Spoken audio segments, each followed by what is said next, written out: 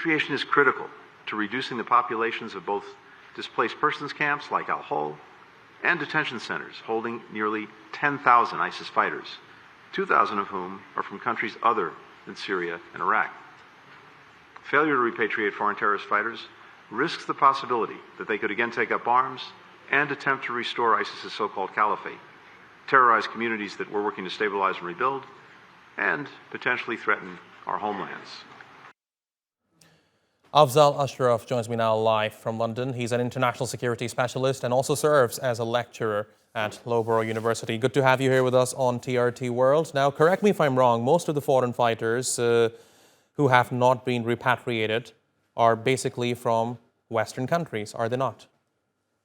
Well, it seems to be the case, but the figures vary. So you've just heard Secretary Blinken say that 2,000 are from countries other than Syria and Iraq. We suggest that of the 2,000, most might be from the Western world. So there are, if you like, conflicting sources of information, but certainly Saudis are saying to the Americans that for us to dismantle the camps, which the Americans are saying that they should now, we need to repatriate those foreign fighters, and that suggests the bulk of them are from if you like, Arab countries. It could be that many of them are from other countries, such as Tunisia has a large number, and Central Asia has quite a few that very few people even know of. So it's hard to work with figures because different sources are quoting different numbers.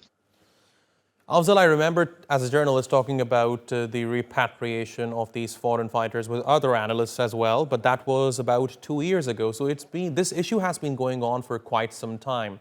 Why do you think the countries which are part of this global coalition to fight Daesh are not able to resolve this issue? Well, I think that there is a problem here, a wider issue. This Daesh problem essentially is the possibly inadvertent, some people even go far as to suggest the direct result of a US involvement in the Middle East.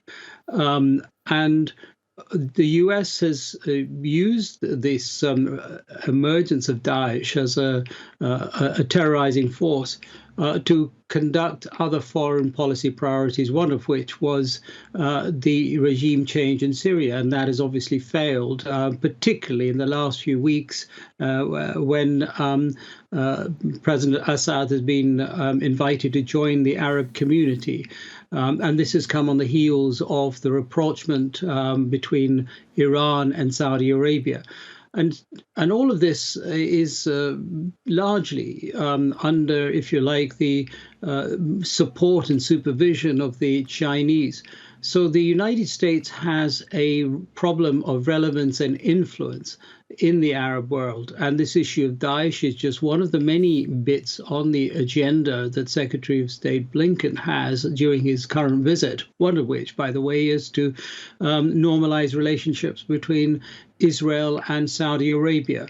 And so I think there's a lot going on here, but primarily it's because the United States has not really taken the issue seriously. And one of the points is the one that you've just made about not really dealing with the aftermath of the war against Daesh, the huge numbers of people in camps. Most European countries, North American countries don't want anybody who is associated with Daesh to be brought back into their country. In one case in the UK that you may be aware of, a woman called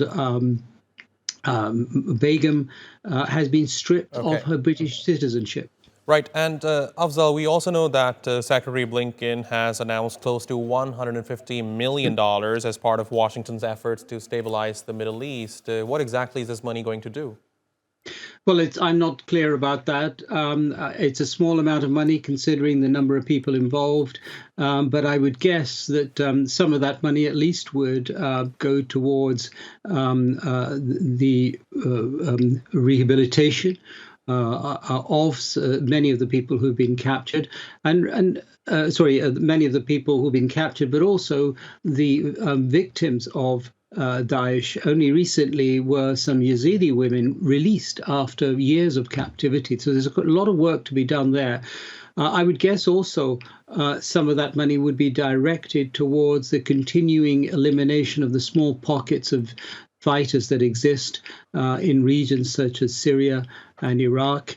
But all of that has to be seen in the context of U.S. interests. I've talked about the wider interests, but there are interests allegedly that the U.S. has of oil refineries in regions of Syria that are being controlled by the YPG, members of the PKK, which Turkey points out quite rightly is a prescribed terrorist organization according to the United States and the UK. So this is a bit of a tangled mess of foreign policy errors for short term that are having, as always happens in these cases, long-term consequences.